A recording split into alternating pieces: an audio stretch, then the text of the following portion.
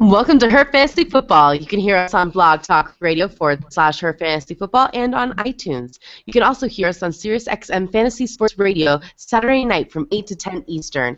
Make sure to subscribe to us on herfantasyfootball.com so you can play our fun dice game that we have set up on FanDuel. Also, you can chat with us on Twitter at HerFantasyFB and on Facebook /Her Fantasy Football.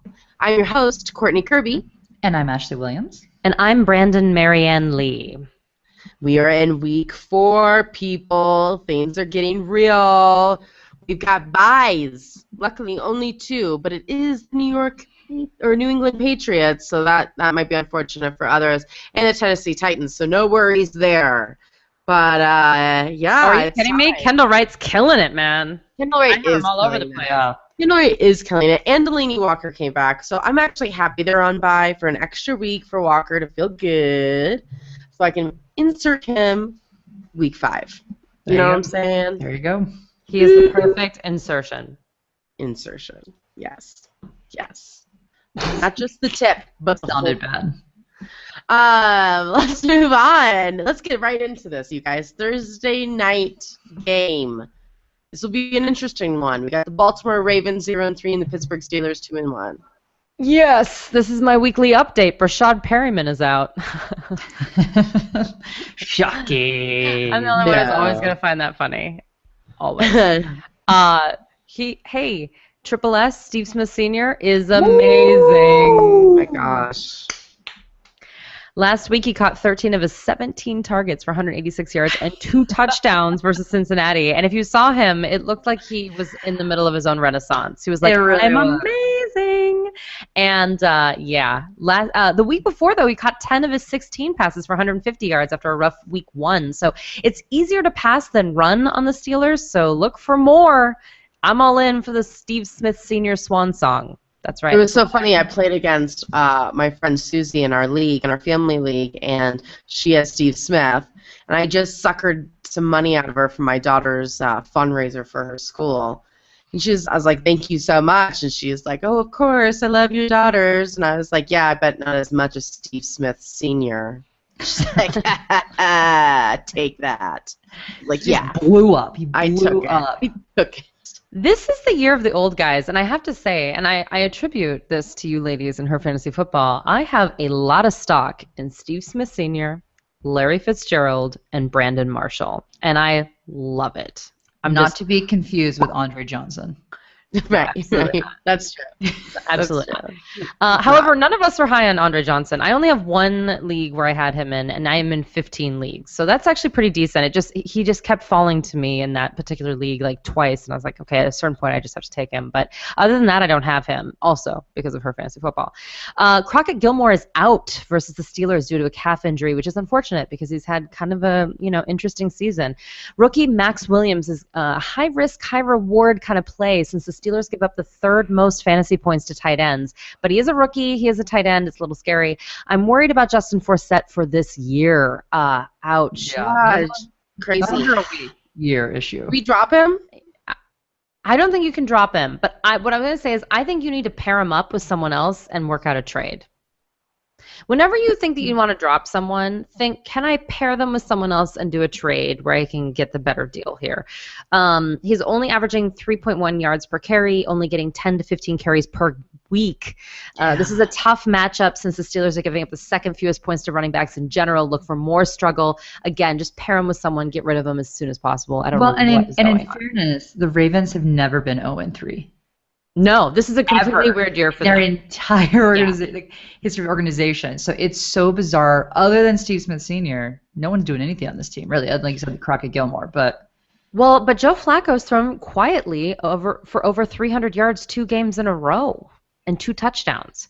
It's a nice matchup. He might be a sneaky, cheap daily play. Listen, unless you're in a 2-quarterback league, you're not picking up Joe Flacco. But I think that and the upside isn't great. But he has been decent. Well, hey, there's people that are out, Luck's day to day. Drew Brees might not be playing. Ben's out. Romo's out. Tom Brady's on bye. We're in kind of help me out mode. So you're right. But there's better options. Well, but they're passing a lot. They're not running. Right. That's the problem with Justin Forsett. If he's only getting 10 carries a game, there's only so much he can do, unless he's Antoine Smith from last year, or Carlos Williams from this year. But my point is that it is a pass-happy team that's always playing from behind because their defense isn't the same. It's a very weird year for them. I don't know what it is, but if you are in a desperate situation and you've been like trying to rock Luke McCown or something, you might need Joe Flacco. Yeah. Well, Pittsburgh Steelers, as we were just talking about, Ben Roethlisberger is out, you guys. I know, possibly 4 to 6 weeks. We don't know. Sprained knee and bruised muscle, which seems to be the bigger problem. So it'll be interesting. It is Big Ben. He is tough, really, really tough. So maybe he'll come back sooner than later. But while he's out, we have Michael Vick. Great offense, so many weapons. Michael Vick is still not my favorite plug-in player here, you guys. No. The turnovers are going to be out of control.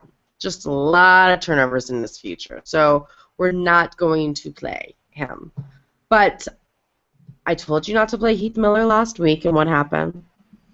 He got just over 1 point. I know. It hurts. It hurts. You're like the Heath Miller whisperer, Courtney. I am. You really are good with Heath Miller. I should always do tight end right now. Because, like, You are It's like- 100% on Heath Miller. I'll It's give like she totally has ESPN with Heath Miller. Yes, yeah. Sure. Mean Girls. Mean Girls, I love it. Mean Girls is so good. It's so good. But listen, I think he is going to have a better week this week. If you are hurting in tight ends, I'm okay with you plugging in Heath Miller. I don't think he's going to get you 10 points, but I can see that Michael Vick might drop the ball to him a few more times. He might get you around that 6-point range, which if that's good enough for you, then I'm totally good with you putting him in there. Le'Veon Bell, mark it now. 5 to 7 points right there. Le'Veon Bell, though, should have a really good game. I'm excited for him. Even though Baltimore is tough against the run, Latavius Murray was able to get 65 yards rushing and a touchdown and 22 yards receiving. So Murray is no Bell. So I'm all in on Bell. I'm totally into it. How sad was it that D'Angelo Williams only touched the ball once? Did that make you feel bad? I mean, we knew it was going to happen, but the reality of it, it's just sad. Oh. I know he lost that weight. He got good, and then we put him on the shelf. He's great. But that's the way it is. That's the way it is. That's football. As for wide receivers, Baltimore has given up just as many yards to the wide receiver 2 than the wide receiver 1. So, although it was a crazy game last week against Cincinnati with A.J. Green, we're going to let that one go. But in general, it's that Marcus Wheaton, Darius Haywood-Bay kind of situation. Might have a nice game. If I had to lean towards one, I would pick Haywood-Bay. You're still obviously going to be playing Antonio Brown. Just don't expect 24 points this game because it's Baltimore's defense is pretty good.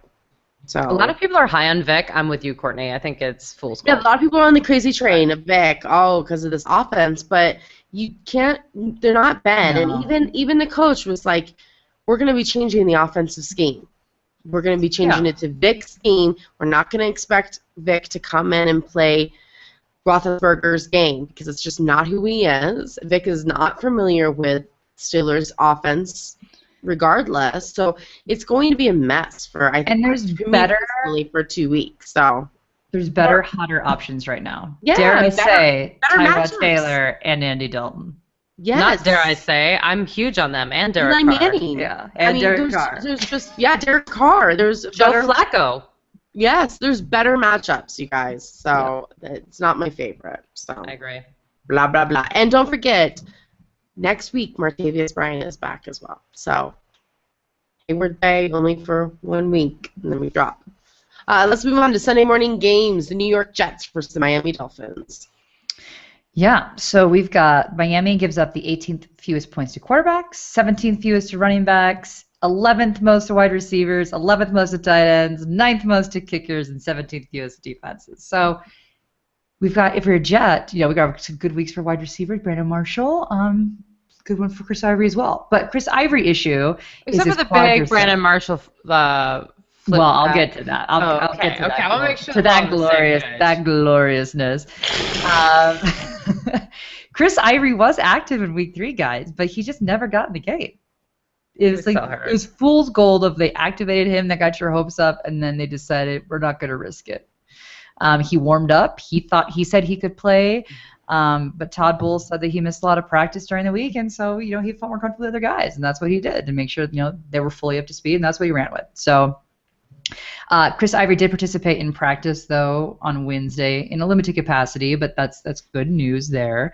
And I will say again that Bilal Paul, he had 10 carries for 31 yards and 7 catches for 44. So again, if you're in a little bit of a weird situation and you need a flex in like a PPR situation, he's not bad. I agree. This is 3 weeks in a row, guys, that he's been highly incorporated in the game.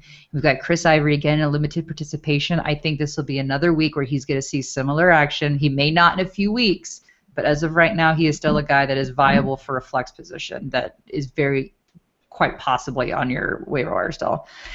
Brandon Marshall. That lateral. Oh, my. So he had 10 catches for 109 yards and a touchdown. But, this was surpassing 10,000 receiving yards for his career as well. So a big shout out for Brandon Marshall there. Congratulations. I'm sorry it happened on a game where it is basically being like swallowed up by the fact that he had the first down. He didn't need extra yardage per se in that moment. They had like 4 minutes still left in that quarter, and then he does this crazy lateral and it fumbles. What was he thinking? He wasn't.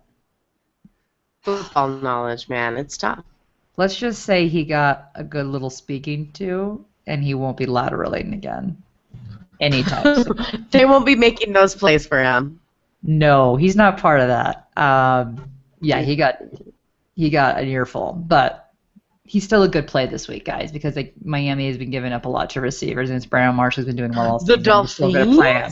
Just don't expect him to lateral. You're welcome. Eric Decker, his status is still uncertain to play this week. Bull says he's not sure when he's going to play, so you're going to have to really watch that. And Darrell Revis, he's sore, but he's expected to play in week 4, so that's good news for the Jets defense. Well, let's just say the Jets defense is really good, and Miami's defense is not. So that's the thing. That just happened.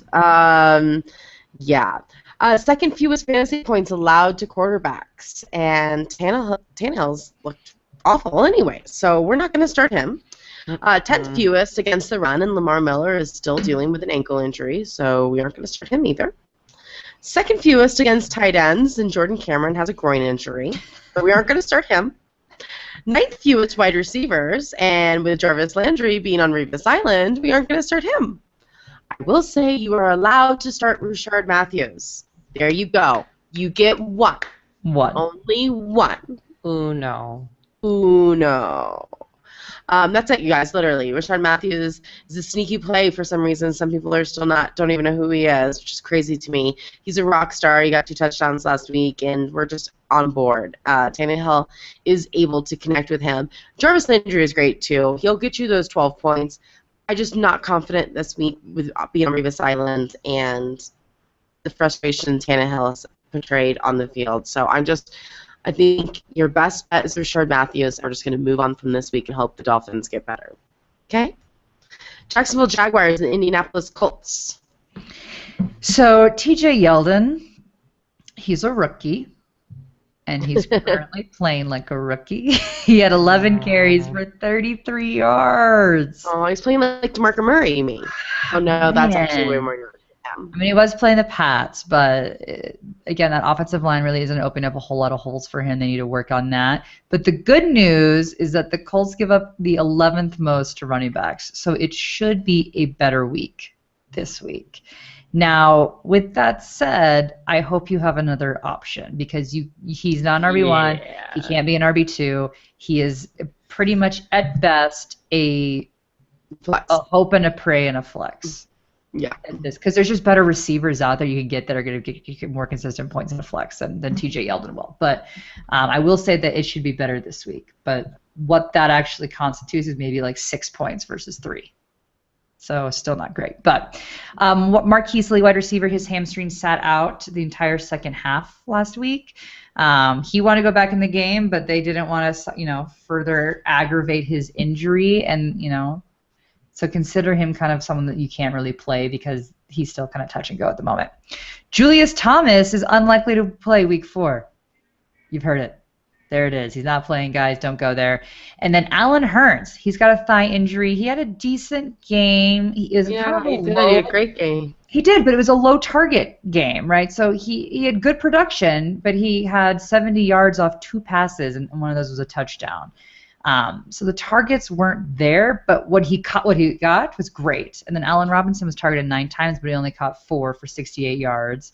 And 57 of those yards came all on the team's final drive. Because if you were watching him, he had no points for you essentially all game. And then, he at least got you a few. But it's just a really rough offense right now. They're still very much in growing pains. So if you have to, I would say to go with some of the wide receivers in this situation because they give the 9th most points to wide receivers.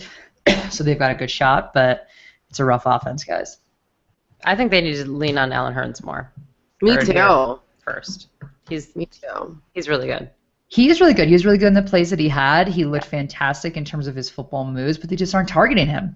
They need to air it out to him. They just need to air it out because he's not confident. They're just not confident. Yeah. They'll get there. But the good news, guys, is the Colts turned it around a little bit.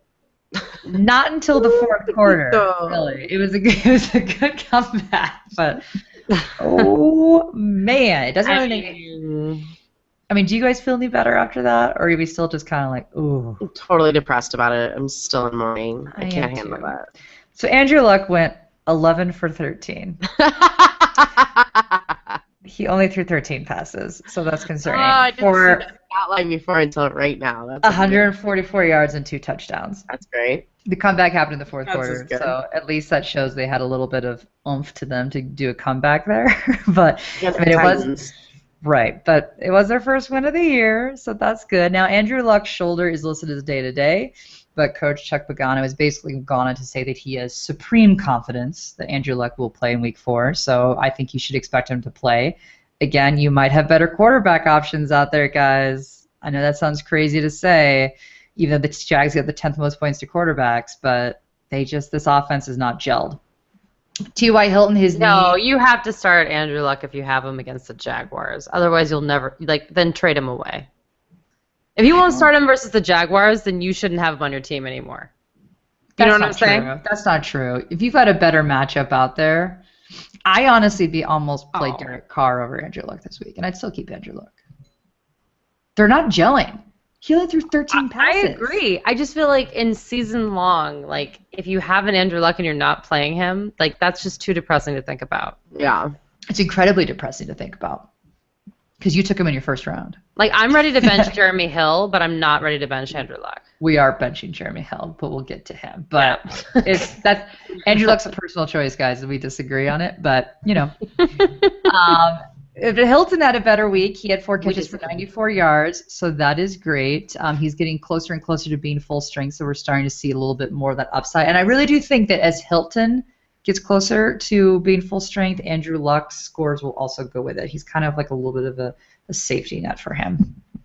Frank Gore, guys, about time. 14 carries for 86 yards, and he had 2 touchdowns, and he just looked better.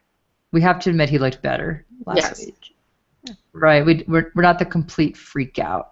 And they finally, are going to him on the goal line, which is good. And then look for other guys to get used in terms of Philip Dorsett, Dante Moncrief, for their balls to increase even more because Andre Johnson Nightmare is not stopping anytime soon.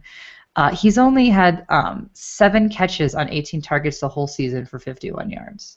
And if he does have a good game, you trade him immediately. Immediately. Yeah. If he's even still on your roster. Yeah. It's sad. Ugh. New York Giants, the Buffalo Bills. Giants. So this would be a good game for Eli and the receivers. I told you Randall had the potential to have a big game last week, and what happened? He had a big game. By the way, it's Courtney Kirby's birthday today, so we want her to relish in all her victories from last week. She had a great week last week. I don't remember when I'd say things that aren't correct, so I only remember the things that are right. It's some of my favorite things. Don't worry, I had him on my bench too. It's okay. We're not going to hold that against anybody. It's fine. I wouldn't have started him. But this week, I think you might want to play him against Buffalo's defense. It has given almost 250 yards and 3 touchdowns to the wide receiver twos. So that's good numbers, you guys. It's a touchdown and 75 yards. Sign me up. I'm into it. Victor Cruz was supposed to be back this week, but he had setbacks Wednesday in practice, so I have a feeling he's not going to be back in that lineup. I wouldn't put him in your lineup. Even if he does start, the fact that he had to be pulled for practice again today is not my favorite. Him sticking through 4 quarters, I don't think that's going to happen yet.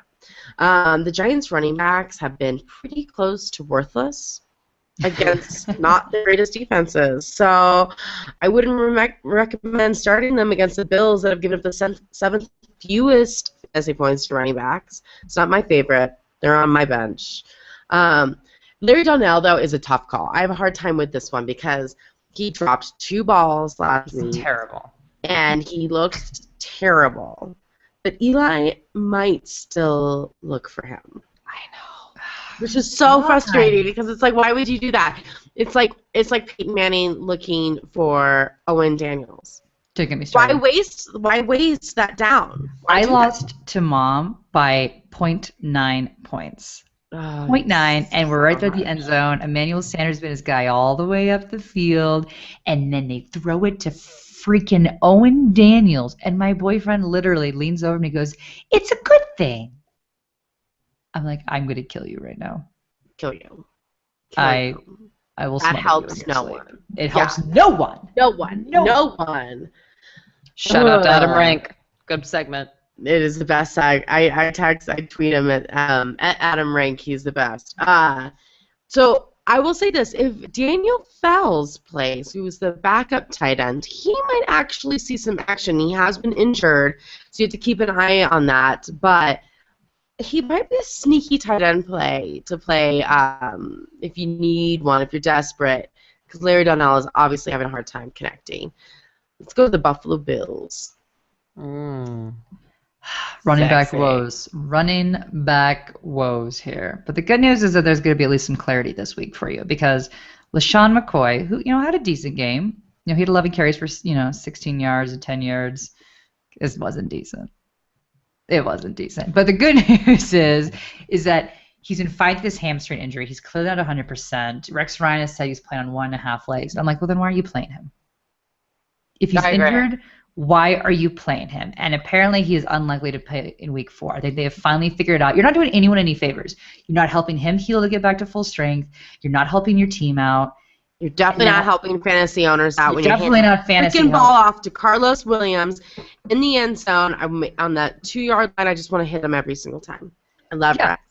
Well, that's the thing, is that, and Carlos Williams, because LaShawn's on 1.5 legs, he's the goal guy right now because he's got to power through, right? So, I mean, the goodness, I want McCoy to not play this week, and you are to play Carlos Williams because he had 12 carries for 110 yards and a touchdown. He was one of the top scoring running backs last week, and he looks pretty good. And hopefully not, but he might end up forcing a running back by committee here if McCoy doesn't get healthy quickly here, which is not good news for McCoy owners. It's seriously bad news. That was really terrible stuff. Thanks. Well, I'm sorry. It is depressing. It is depressing. But if you have LaShawn McCoy, you've been depressed for 3 weeks now. Yeah. Whereas if you got Carlos Williams, you're like, yeah. And I think he's going to be good this week as well because the 11th most points go to running backs the Giants give up. So he should be just fine. Also fun, Tyrod Taylor.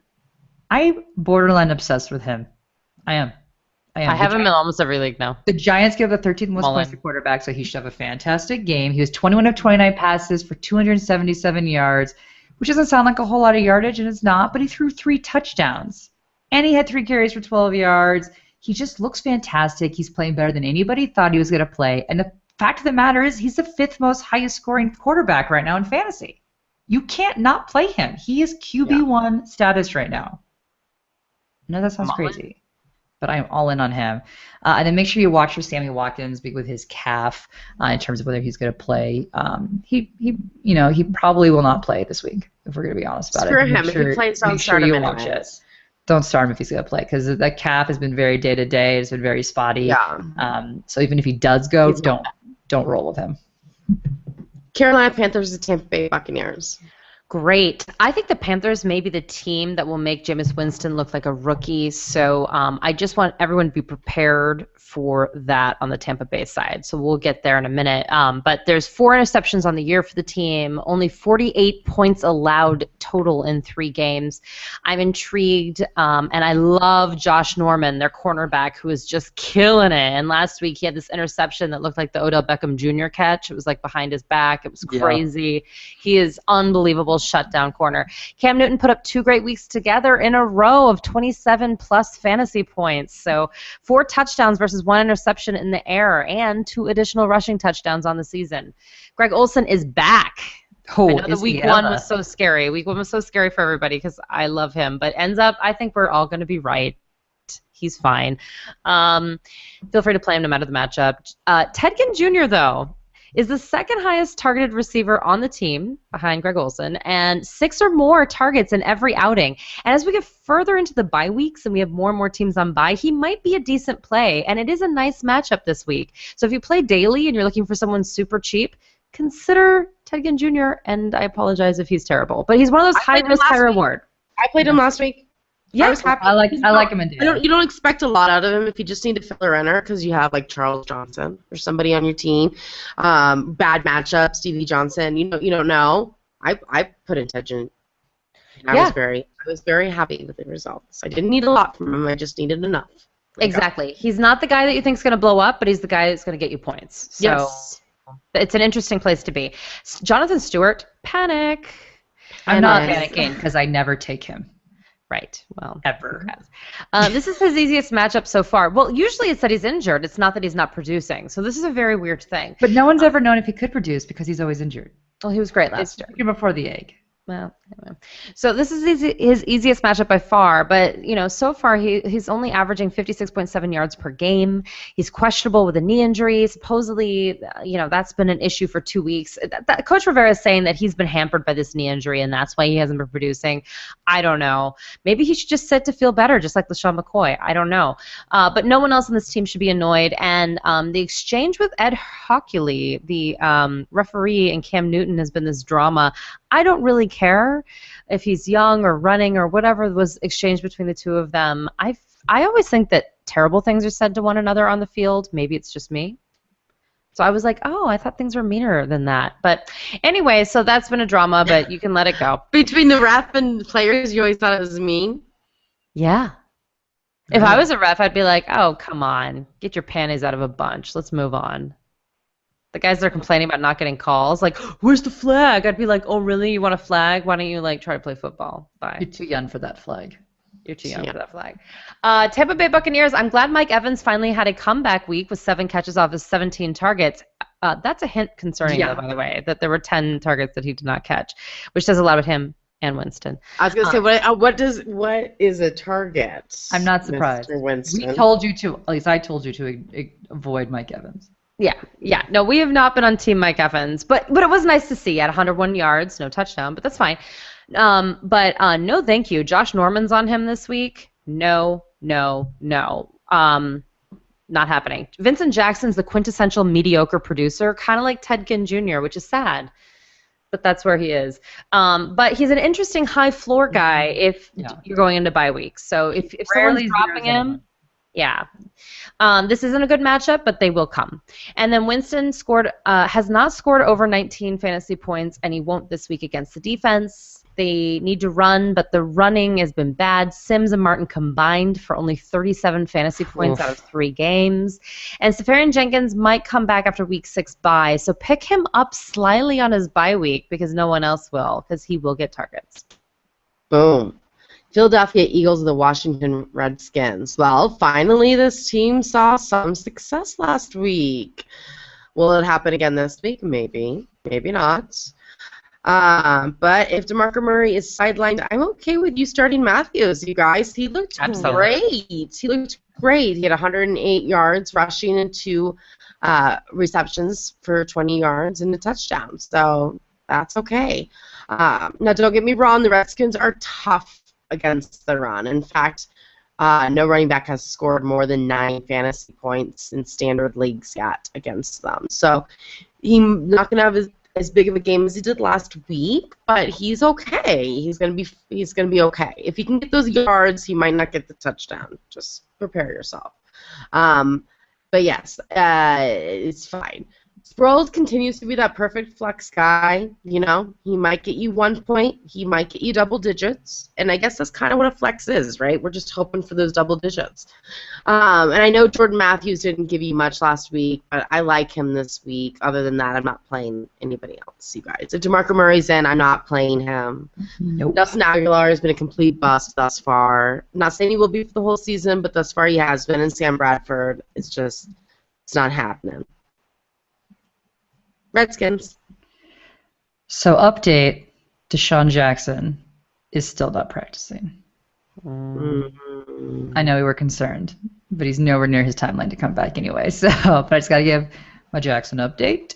Now, Garcon is benefiting from the fact that Jackson can't play. He had 12 targets, 5 catches for 64 yards. Again, those aren't magic numbers, but with bye weeks happening here, that might be enough to get you by.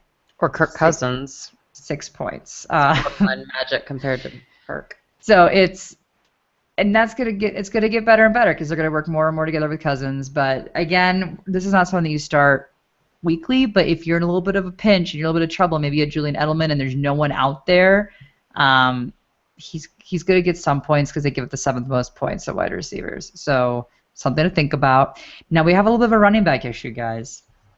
And by little, I mean a lot. They are basically in the committee, and neither are good. Neither of them are good right now. Agreed. So Morris rushed for just 6 attempts, 19 yards. Jones was on the field for 14 more snaps than Alfred Morris. So and Jones got the start. But he's got fumble problems, guys. And he's had these problems since college. And Jay Gruden is not into it. He says it's definitely a concern. He goes, the 2 biggest traits in back are durability and ball security. He's proved to be pretty durable so far, but the ball security thing is an issue. We've got to get that corrected. And I think he means it, and it's a problem. They're just not scoring any points. I would stay entirely away from them. I think There's another guy. Job back. There's another dude. Yeah, Came in another and guy. freaking Thompson or whatever. Just like, oh, It's a I'm nightmare. gonna steal touchdowns and yards. It's fine. I'm not going to talk about Sure. I don't think he's fantasy relevant right now because I don't think you should pick up any of these guys. Did you say you think Morris is going to get his job back, Brennan? Yeah. I think I don't. I think Matt Jones is gonna have a good week next week. But he hasn't been productive I'm not either. playing him. He's not playing rolling him. in the yards either. He had that great game, and since then it's been. But it's been 3 games. So 1 out of 3 games has been great. How many has Alfred Morris had that was great? None. I thought week 1 Alfred Morris did do well. He You did okay. You didn't do great. So But I'm I will say that Morris does. I mean, the fumbling's a problem. The fumbling is definitely a problem. So I just think it's a nightmare that you're never going to know which week who they're going to go with. So just stay away. Just I stay agree. entirely away. Raiders. Oakland Raiders. Sorry, I guess it's the Oakland Raiders and the Chicago Bears. Thank you. Raiders. I am totally into Derek Carr. If Game you of the have week. a Tony Romo situation on your hands, you own Tom Brady. Like Brandon said, Falco. Game of the week. I prefer Derek Carr to Joe Flacco. He is a very, very viable fill-in for you. And a lot of people probably had not drafted him depending on the size of your league. He had another great week, guys. He had the really rough outing the first week, but put that out of your mind because he's had put together 2 really solid games. He's completed 20 of his 32 pass attempts for 314 yards, 2 touchdowns, and no interceptions, and that was in week 3 against the Browns, who have a really good secondary. So he was still able to throw on a good secondary and do it well. I feel really good. I love the chemistry he's got with Amari Cooper. There's a lot of really great things happening there, and the Bears can give up some points. So talking about Amari Cooper, he had 8 receptions for 134 yards. He's had 245 receiving yards over the past 2 games. And again, him and Carr are making sweet, sweet magic together. Crabtree didn't have the best game. He only had 4 receptions for 36 yards, but I do think he's going to bounce back this week. I really do. They give up the 5th most points to wide receivers, so they should all have a fantastic game. And Latavius Murray, 26 times he carried the ball, 139 yards, and a touchdown. He looked great.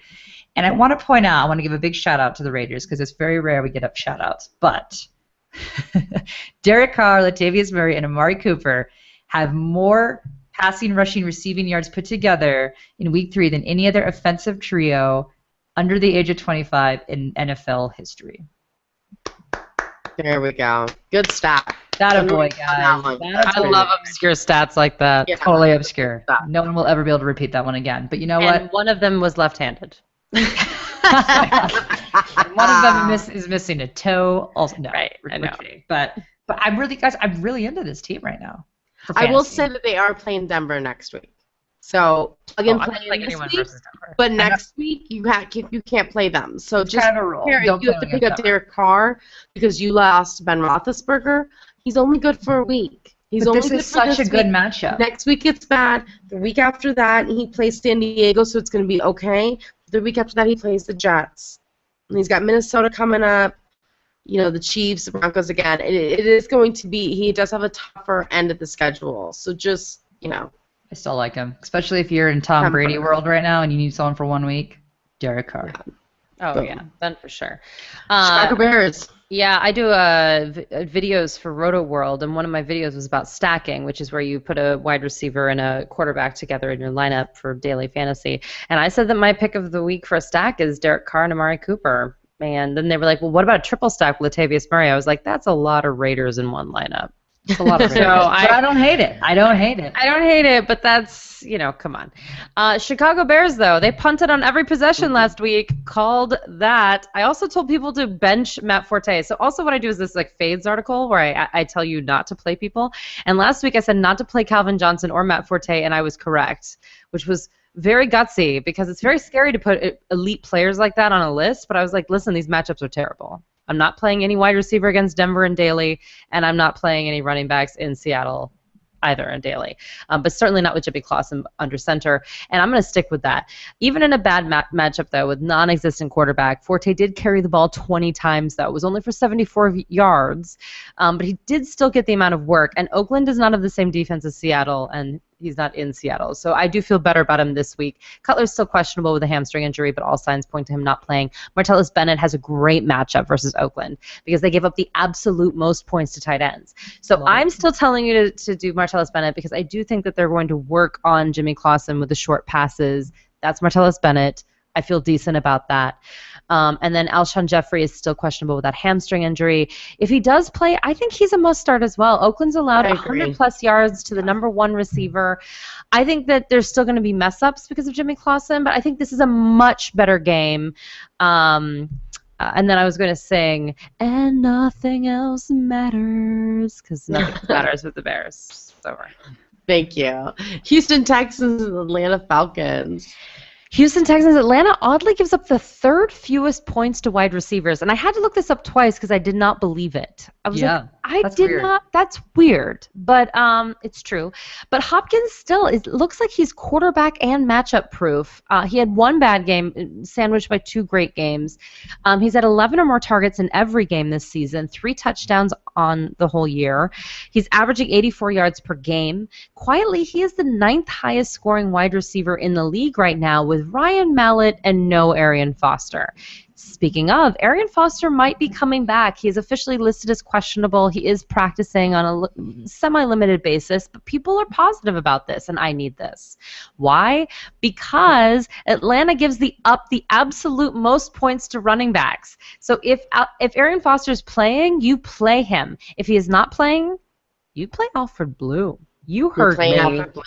Alfred Blue had 31 carries for man. 139 yards and a touchdown last week, and he will do it again versus Atlanta because Atlanta will let you run on them. I have will him in my say- roster. If you go to our rankings, I have Arian Foster ranked lower than most because I need a little bit more information. People have him ranked like 2. Yeah, that's crazy. No. Crazy, which is crazy. But I will bump him up in the rankings, all pending we get closer to game time to figure out if he's actually going to go or not. I agree with that. I'm just saying running backs are so bad this year that if Arian Foster's playing against Atlanta, you have to play him. Yeah, both of them have potential to have good games if they both play. I agree. Yeah, for sure. This could be a very high-scoring game. I'm pretty excited. Me too. Because there is no question that you're starting Julio Jones. That's a must-start. Julio. Houston has anyone to stop him. He is slightly banged up, so continue to watch his injury report. But if he plays, you play him. Okay? You're going to play the man. He is a beast. And he's so good looking. It really is. Yeah. Really is. Freakishly symmetrical. Freakishly symmetrical. It is. It is. It's almost like Johnny creepy. Yeah, it's like, whoa. How is that possible when you have a job where you get hit all the time? Like, how has something not been, like, shifted slightly? Great Helmets. Seriously, it's a good thing you didn't go into boxing. Matt Ryan ended up having a nice game last week, and you can keep in your lineup, you guys, this week as well, because Houston has given up the third most fantasy points to quarterbacks, and if Alex Smith can get 23 points against Houston, Matt Ryan can have 27. So I felt so we're bad. in, you guys. We'll get to that in the next one. I know we should have started off for like the whole show. Just way to go, Alex. Way to get a receiving touchdown. It was amazing. Anyways, we'll get there. Devontae Freeman was a beast last week with 30 attempts for 141 yards, 3 touchdowns, 52 yards in the air. Amazing. I have a league where I am like hurting on running backs. So I played Devontae Freeman as I had to. I'm like, amazing. Him and Greg Olsen in the same league was like awesome. 70 points without anybody else playing. Anyways, but this is going to be a very tough matchup for him. But if the Falcons keep airing the ball out, it's just going to open up.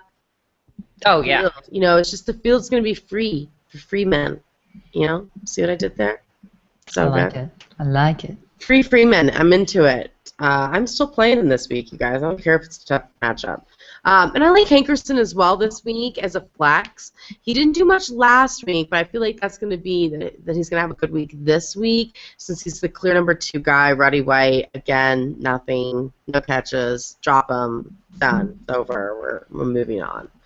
Kansas City Chiefs, the Cincinnati Bengals. Well, you may have missed this, but Jamal Charles is the highest scoring running back in standard scoring. Number 1.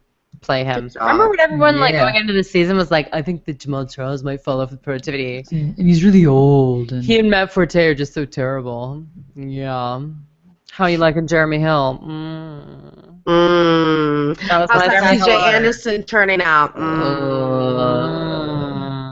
And dropped out of one of those guys. I wrote in all caps, Jeremy Maclin scored a touchdown and finally had a fantasy performance worthy of his talent. Yeah, he did. So good. He wasn't even excited when he got the touchdown. He was like, F yeah. He just ran off the field with the ball. I'm assuming he saved the ball because it was his first touchdown as a Chief. But he should have given it to Alex Smith because it was his first touchdown ever. It was just a beeline. It's not his first touchdown ever. You're hatred, Alex Smith. So long. Man. So long. 8 catches for 141 yards and a touchdown. Whew. Alex Smith. Meh. It is what it is. Okay, but you know what? I was watching this game, and I'm like, you know what, Alex, and I know that I am on the higher end of Alex Smith. You're an Alex Smith apologist. Fandom. I am. But that offensive line is appalling. No, it's bad. He had 0 time to throw. Like, I'm sitting there watching him, and I'm like, we don't even know if he could be a decent quarterback because he has no time to throw. Like, it is awful. Sometime when we have extra time in the show, which we never have, I would love to discuss that. I wonder if, because I feel like we talk about bad offensive lines a lot this year, and I'm wondering if actually people's offensive lines are worse or if defenses are just bigger and faster. Because you're right, people have less time to throw the ball, but it's across the board. So it's intriguing. It's a lot of injuries. There's a lot of injuries this offseason. That's what the deal is. A lot of injuries. Not everybody's healthy. But then you also sit there and look at the fact that Kelsey is having a good season. Right? Yeah, he's involved. That's my next note. So Travis Kelce's very involved with this, and his numbers haven't been as gaudy as in week 1. But still, he got 10 targets last week, 6 catches for 80 yards, and a 2-point conversion. He didn't get the touchdown, but he normally does. So he's still a starter. But you know what? This is how the team is built. The team is built that Alex Smith doesn't turn over the ball, which he hasn't been as good at this year because of the offensive line. Jamal Charles does everything, and then there are a couple key players, and then Travis Kelce comes in and does, scoring. That's what they do. That's what What they'll continue to do. Bengals. Okay. So I feel like every team I have has got serious running back issues, and this team is no different. This team is no different. So Giovanni Bernard, was the man again this week in the backfield in terms of time played. So he had 51 snaps, whereas Jeremy Hill only saw 26 of those out of 77. That is a really pathetic number. And I will say it, Hill needs to be benched. He has to be benched for you right now. It is getting out of control. And the pure fact of the matter is that Giovanni Bernard, they look like a better offense when he's in. They just look better. He's better out there. They're operating much better as an offense and in a rush when he is in. It just is what it is. Jeremy Hill has to be benched. I'm sorry. I am also a Jeremy Hill owner, and it is very awful news, but it is true. But Marvin Jones, Marvin Jones. Marvin. I love Marvin. He actually was playing for 67 of the 77 snaps that they had, which is great. And he had 5 catches for 94 yards and a touchdown. This is the second week in a row, guys, that he was targeted in the end zone. It's like he's kind of back to his game like he was in 2013. Because keep in mind, he was out last season. So people kind of have forgotten about Marvin Jones because he didn't play last year. They didn't have the stats to look at. But he was targeted a decent amount in 2013. And he was definitely a touchdown vulture in 2013. And I think we're going to see that again in 2015. And I like him. I like him a lot. A.J. Green had a great game, 10 catches for 227 yards. Amazing. Yeah, he's only the second player in Ravens history with a 10-plus catches for 225-plus yards game, plus 2 touchdowns. So he's doing his history, whatever. He's great. I love it. Andy Dalton, 20 for 32. It's kind of sad that his career high is only 383 yards. But you know what? They're throwing. They are like a throwing machine right now. And I know I sound crazy, but they're back to like the Bengals of 2013 when they were actually like offense all over the place. And what I like about it is that Andy Dalton right now has an 84 quarterback rating, and that's through the 3 games. And his best in 2013, back when they were good, was 56.8. So he is playing better than he did then with the same targets. And this is when A.J. Green like went off. Marvin Jones went off. And I think it's possible. And I would also consider Andy Dalton this week to play. I have Andy Dalton, Tyrod Taylor, and Derek Carr at the bottom of the top 10 this week in my rankings. The Chiefs give up the second most points to quarterbacks, guys. The second most. And they give the absolute most up to wide receivers. This will be a magical, magical week for any wide receiver and Andy Dalton this week. If you are ever going to play him, this is definitely the week to play him. That's it. I think the Chiefs' defense is going to have a comeback week. I think Andy Dalton's going to have a little bit more of that turnovers like he's used to. But here's the thing. Dalton always throws interceptions. He's one of those guys that you can't look at the interceptions and get frustrated. Like Andrew Luck. Andrew Luck. They always throw interceptions, but they also always convert touchdowns for your wide receivers that you actually care about for fantasy. It is what it is. Love it. Like Andrew Luck. Brandon's a Luck hater. Ashley's a Smith defender. I love Andrew Luck, but he is not Aaron Rodgers. He is Brett Favre. He will always throws interceptions. He's a gunslinger. That's who he is. Aaron Rodgers does not. That's why he was number 1. Oh, Cleveland Browns and San Diego Chargers. Fine. Travis Benjamin scored another touchdown. Do you guys know he's 5 touchdowns in 3 games? Highest amount of touchdowns in the NFL. So, but finally, this was the first one thrown by Josh McCown, though. That's why it was like you couldn't start him because all of his touchdowns were the guy who was getting benched.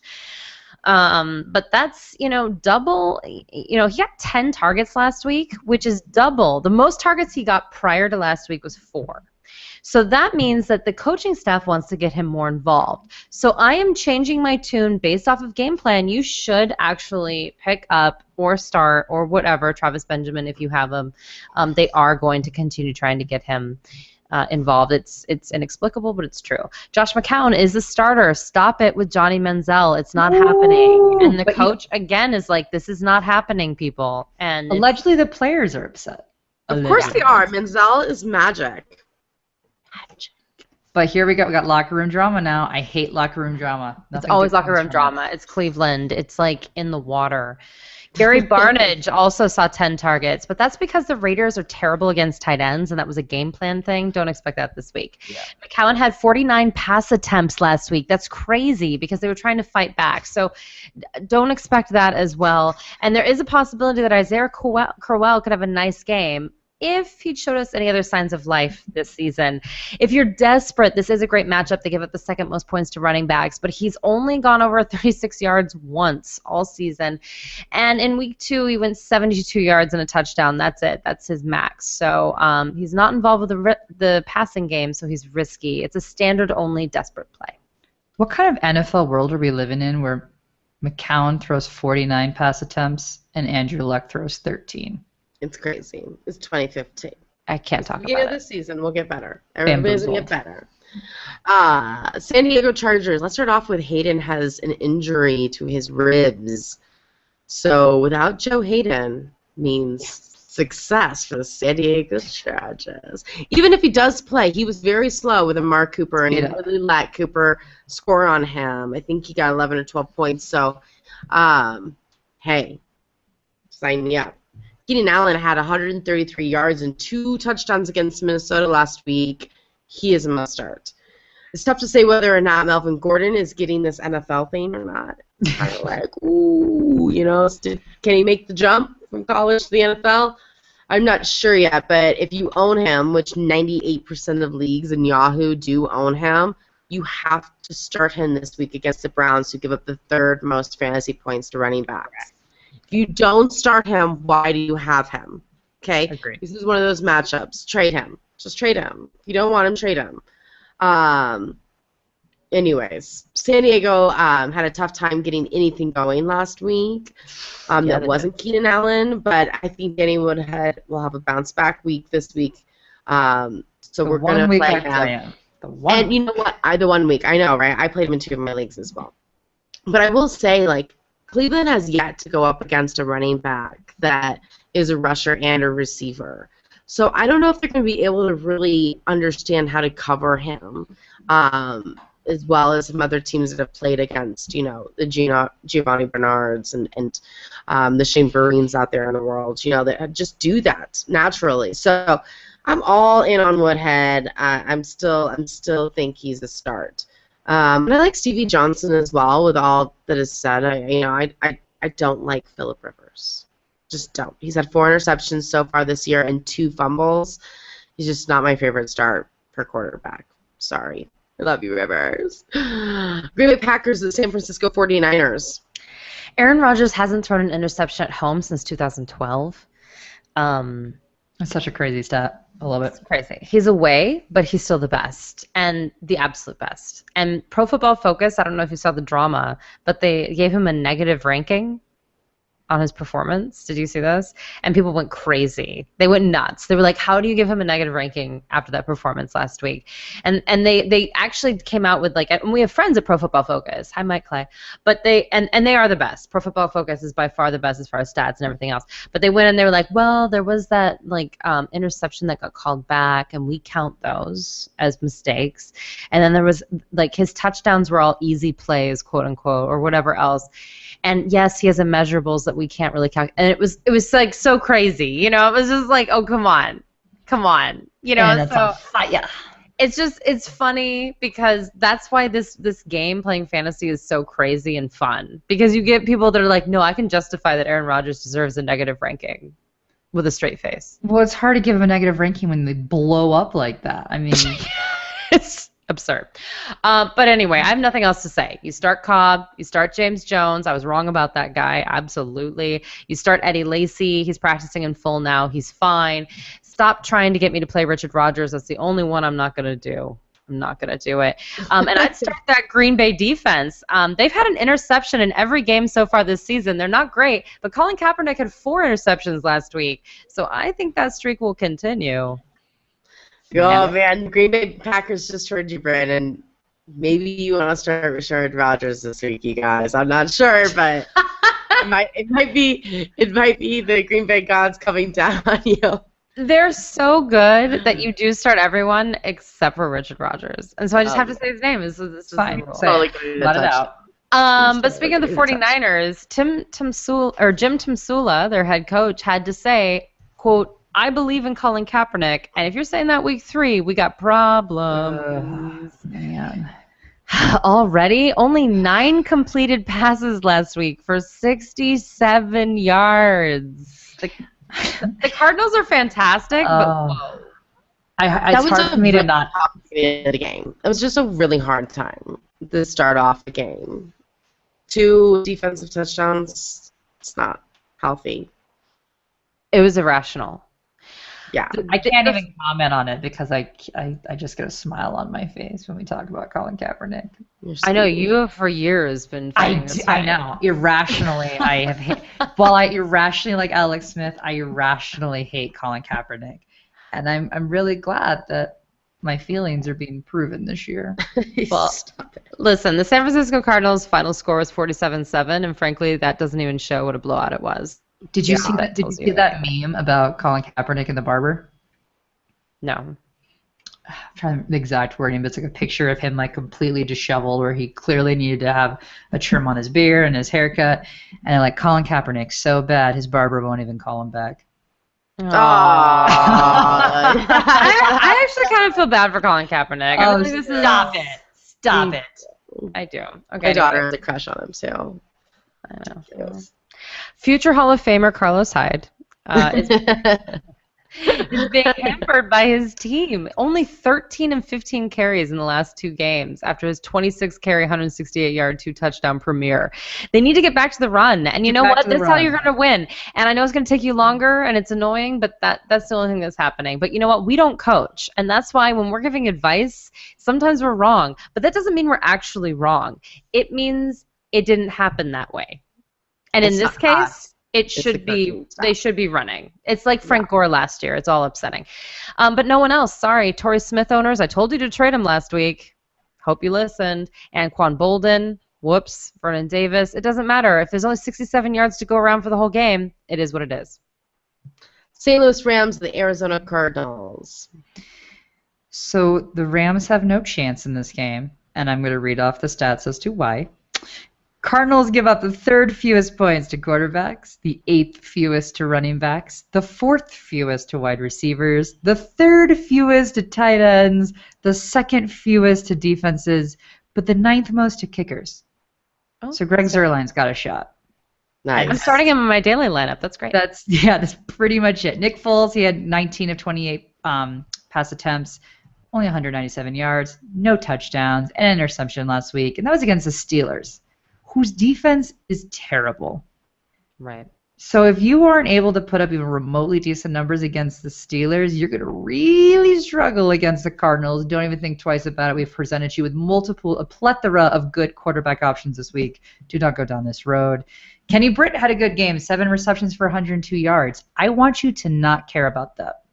I want you to put that out of your head, because Jared Cook has been the top target the first 2 weeks, and then all of a sudden it was Kenny Britt this week, and next week it'll be a different receiver. We've got a Brian Quick announcement that he may or may not play this week, so he could be the guy. It could be Tavon Austin. Just don't go there. Don't go there. You have no idea, and you're going to get burned. The running game is horrible. Trey Mason, only 9 attempts for 16 yards. Ouch. Benny Cunningham only carried the ball once for 12 yards. Gurney had 2 receptions for 18. Also, ouch. Todd Gurley made his season debut. Bit disappointing. 6 carries for only 9 yards. You put this delightful trio together, guys, Gurley, Cunningham, and Mason, and it is the least productive running back team thus far to date this season in the entire NFL, with only 111 rushing yards between 3 players. It is pitiful and terrible. Stay away from all of them unless they want to go with the kicker. That's it. That's it. Boom. Here's our Cardinals. All right, here we go. The Rams are serious, you guys. The Cardinals have yet to go up against a defense that was good. So we'll And you see can how play this the works Steelers out. defense, maybe. Or the St. Louis defense, yes. The Or Rams, St. Louis yeah. defense, yeah. Yes. Never play the Steelers defense. If you have a better matchup, I would say go with him. But Palmer has been putting up some good numbers. But he's been going against bad defenses, so it's gonna be an interesting game for Arizona to see how they pan out against a good defense. They give up the 4th fewest to quarterbacks, 5th fewest to wide receivers. You can't bench Larry Fitzgerald, you guys. He's on like this old man streak. He's like doing everything. Totally into him. Renaissance. Sorry. Temper your expectations, but playing him. St. Louis has given up the 6th most fantasy points to wide receivers. Andre Ellington is back, but I think Chris Johnson has won the starting job. I think he will continue to get the majority of the carries. I am starting him. I'm okay with it. They are not as good against the running game, so I'm doing it. And they're right in the middle with tight ends, but who cares? They don't have any. Defense is a must start. St. Louis gives up the 4th most fantasy points to defenses. So, boom, insert there. Minnesota Vikings, the Denver Broncos.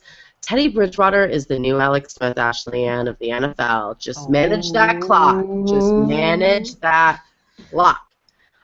He's been so all over the board in fantasy. I just don't love him. I can't trust him yet. And he's going up against Denver, and so we'll give up the fewest points to quarterback. I'm not playing anyone on this team. Guys. Jamal Charles had 14 fantasy points playing against the Denver Broncos, and that is with 2 fumbles. I think AP will get 20 less yards, but 1 less fumble. So I think he's going to have very similar points. I think he's going to be right there in the middle of the teams, still playing AP. Kyle Rudolph will probably get you 5 points. If that's enough for you to start him in your tight end position, I think you should do it. If it's not, you got a better matchup, you got a better tight end, do that instead. Other than that, everybody's on the bench. Everybody's on the bench, okay? It's the Denver Broncos here. The best defense in the league. All right. I don't even think it's close. I don't even think it's close. I think the Denver Broncos are like by far the best. The best. I agree with you. And yes, we're Broncos fans, but that doesn't matter. Look at the points, people. No. Look at the points. Denver Broncos, this team is easy, you guys. Minnesota is just okay in all areas of the defense. So right in the middle, they're just okay. So what does that mean? You start Peyton Manning because that's what you do. You drafted him. You're starting him. Demaryius Thomas and Emmanuel Sanders. Last week wasn't great for Emmanuel, but he should have another great week on Sunday. I'm totally okay with it. Demaryius isn't putting up huge numbers this year, you guys, and he may not against this week, but he is consistent, and you can't beat that. Peyton Manning didn't have an Aaron Rodgers night, but he got it done, okay? Yeah. I'll just need to simmer down here. They're giving you your fantasy points, so stop crying, all right? Who's not giving you your fantasy points is those awful running backs. And until that offensive line improves, you can't start either one. They're so bad. I think they're worse than the Rams running backs. No. I think so. I might, you know what? You might be right, Sure. Courtney. It's true. Between 2 of them. Oh, it's that It's bad. bad, you guys. And seriously, until literally they blow up on your bench, I would not start them. No, I agree. I don't even care what the matchup is. You're not starting them. They're just not Be doing okay it. with them blowing up on your bench. Be okay. Absolutely. Sometimes players have to prove it to you, and they are for sure in that bucket right now. Yeah, they have to prove it to their coaches too. So go Peyton Manning. I hope he just airs that ball out all night. Of course, you're going to start the Denver defense, the best defense in the league, and you're going to start Brandon McManus because he's almost the best kicker in the league. Sunday Night Football, Dallas Cowboys, the New Orleans Saints. Joseph Randle scored 3 rushing touchdowns my last gosh. week, but Atlanta has a terrible defense against the run. Terrible. He's yet to get more than 18 carries in a game. He's not involved with the passing game. Why? Because Lance Dunbar is your PPR flex play every single week. In 3 games, he has 21 catches on 23 targets for 215 yards. Now, only 13 rushing yards, but he's basically just like a wide cares? receiver light. PPR. It is what it is. 8 or more targets in every game for Iron Man Witten. more of a PPR guy because it's all very short yardage and Brandon Whedon's throwing the ball, but still he's a safety valve and someone that you can roster. Terrence Williams was held without a catch last week. So Only sad. 3 targets. It's a difficult team to figure out with Brandon Whedon. I'm sorry. It just is. It's a little messy. I'm not entirely sure. And New Orleans, oddly enough, gives up the 10th fewest points to wide receivers at this current junction. So I don't love it. Whedon just does checkdowns to Dunbar, basically. That's his whole, game plan. It's a disaster. Also for Halloween. So I was on SiriusXM with Tony Kincata and Nando DeFino, and Nando said that I should be Brandon Whedon for Halloween. And I think what he means is that I'm Brandon, but then I like weed, like Whedon, so I like take out weeds. I was thinking I should be Brandon Cooks and have a little kitchen set. There you go. I like that. Oh, I like that. Or another guy on Twitter suggested I be Brandon Marshall and dress as like a cowboy, like a marshal, like with a badge. Another So good I one. actually didn't realize that I have so many options. You totally do. There could I be almost more. wish you could do all 3. Like how some people have split jerseys. Yeah, or like multiple wedding dresses. Yeah. Yeah, And be like, yeah. who would you start? Yeah. So really, I might put it up on Twitter, but what should Brandon be?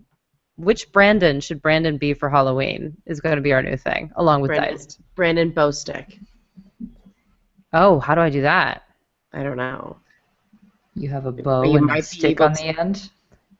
Might be able to do it all together. Probably. Well, I think Brandon Cooks is my favorite so far. 'Cause There's 2 Brandon Marshalls in the NFL, isn't there? So I think maybe Yeah. we should do that one. Well, that's true. I think that's only Two's over fair. one. Anyway, that's my analysis. Perfect. Thank you, Saints. so our boy, Mr. Generator, maybe if you Good gave him a for chance, him. he could shine. I love it. 31 of 38 passes for 310 yards. He did have an interception, but you know what? Pretty good showing. He did good. He spread the ball all the way across the team. Hey, I don't like him this week against the Cowboys if Bree doesn't go, but I want to give the shout out because you know what? You were given your chance to shine, and you shined. You did. You shimmered. Granted, it was a loss, but you know what? He himself did pretty good.